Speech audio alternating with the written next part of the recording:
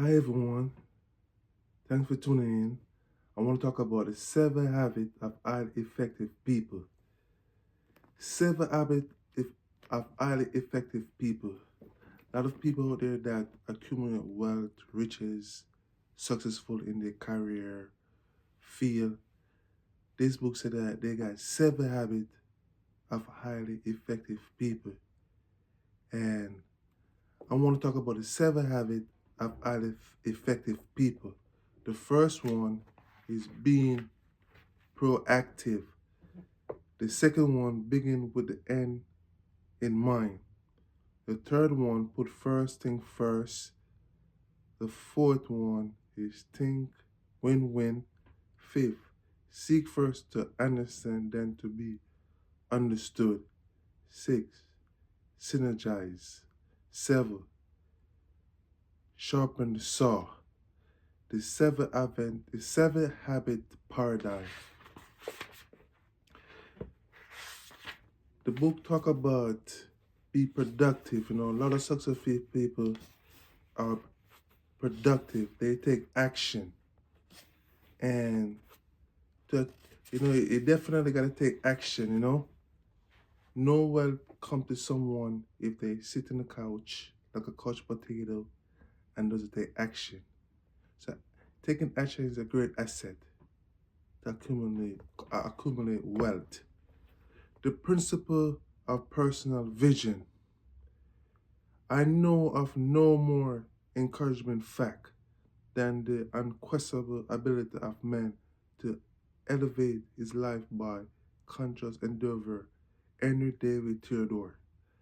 As you read this book, try to stand apart from yourself. Try to project your consciousness upward into a corner of the room and see yourself in your mind, high reading.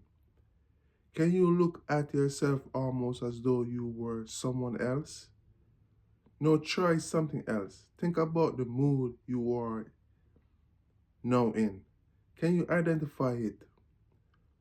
What are you feeling? How would you describe your present mental state?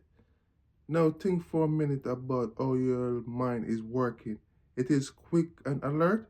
Do you sense that you are torn between doing this mental exercise and evaluate the point to be made out of it?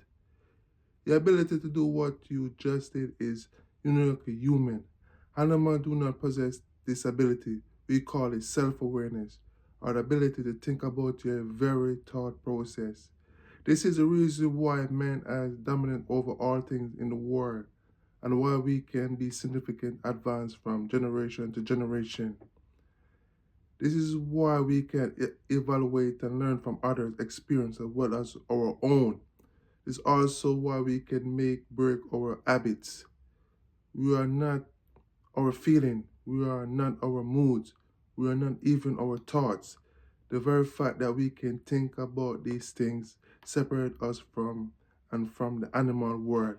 Self-awareness. Enable us to stand apart and examine even the way we see ourselves.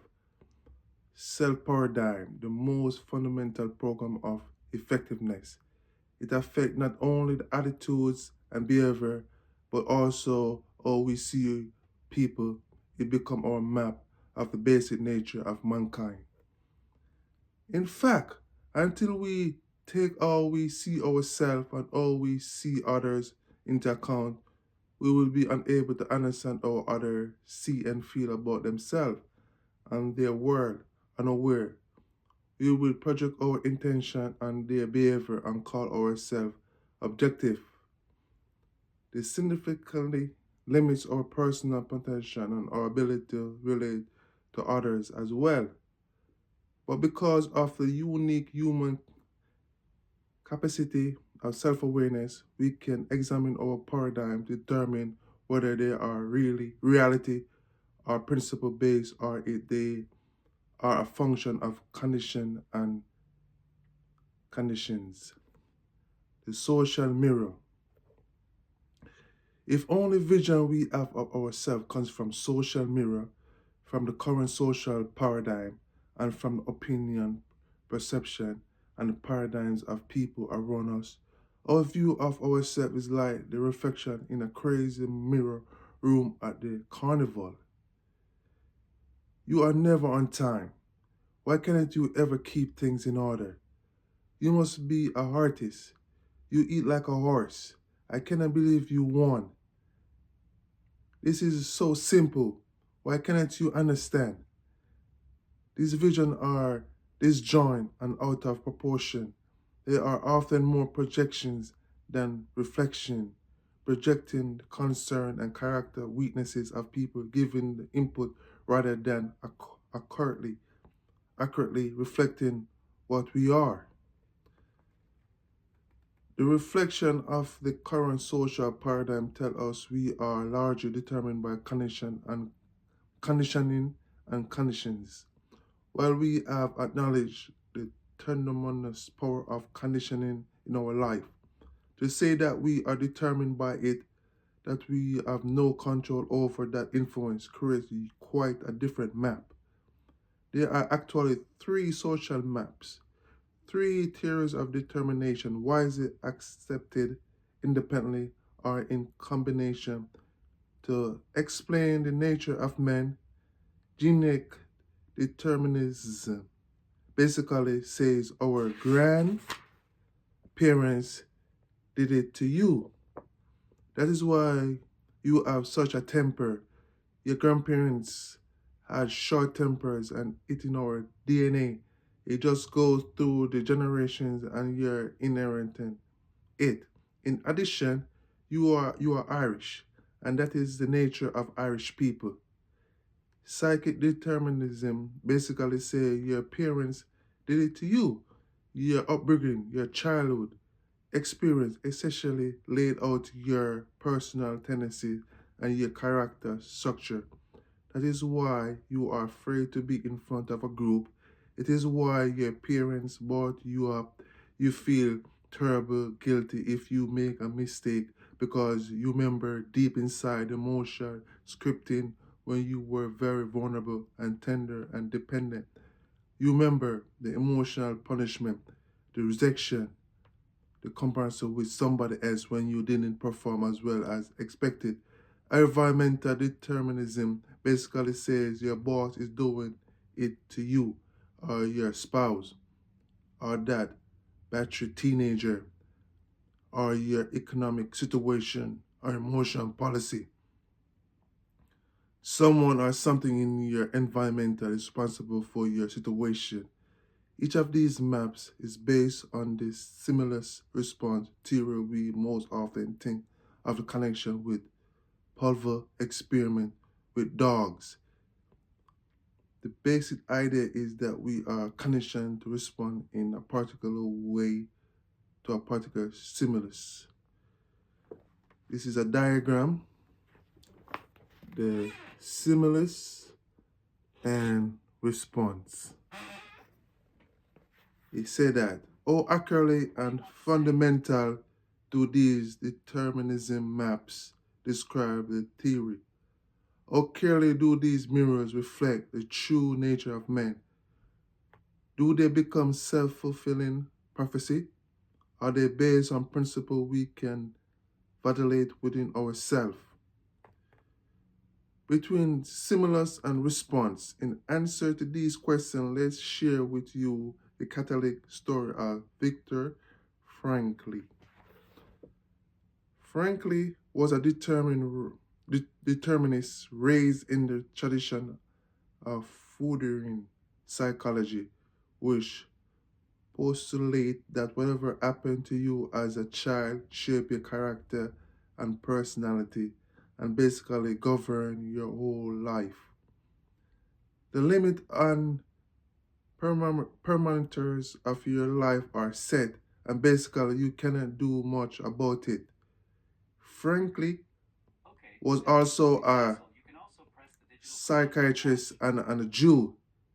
He was imprisoned in the death camp of the Nazi Germany, where he experienced things that so repugnant to our sense of decency that we shudder to even repeat them. His parents, his brother, his wife died in the camps, were sent to gas ovens.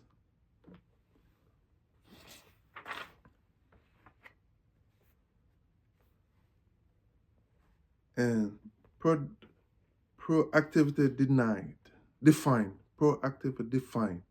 In discovering the basic principle of nature of man, Frankel described an accurate self-map from which he began to develop the first and most basic habit of a highly effective person in any environment, and the habit of proactivity. While the word proactive is now fairly common and management, if you read this far in the video, please like, share, and subscribe. And this is a map. You can find it in the 7 Habits of Highly Effective People. It's on page 71. And that's habit 1, be proactive. It's a stimulus response. Choose freedom to choose. You have self-awareness, imagination, conscious, independent will. Proactive model. This is a proactive model. Literature. It is the word we won't find in most dictionaries. It means more than merely taking initiative. It means that as a human being, we are responsible for our own lives. And most highly effective people, they are aware that they are responsible for their own life. They do not rely on people to make them success. They go out there and be proactive in the market. And this is a good book to read.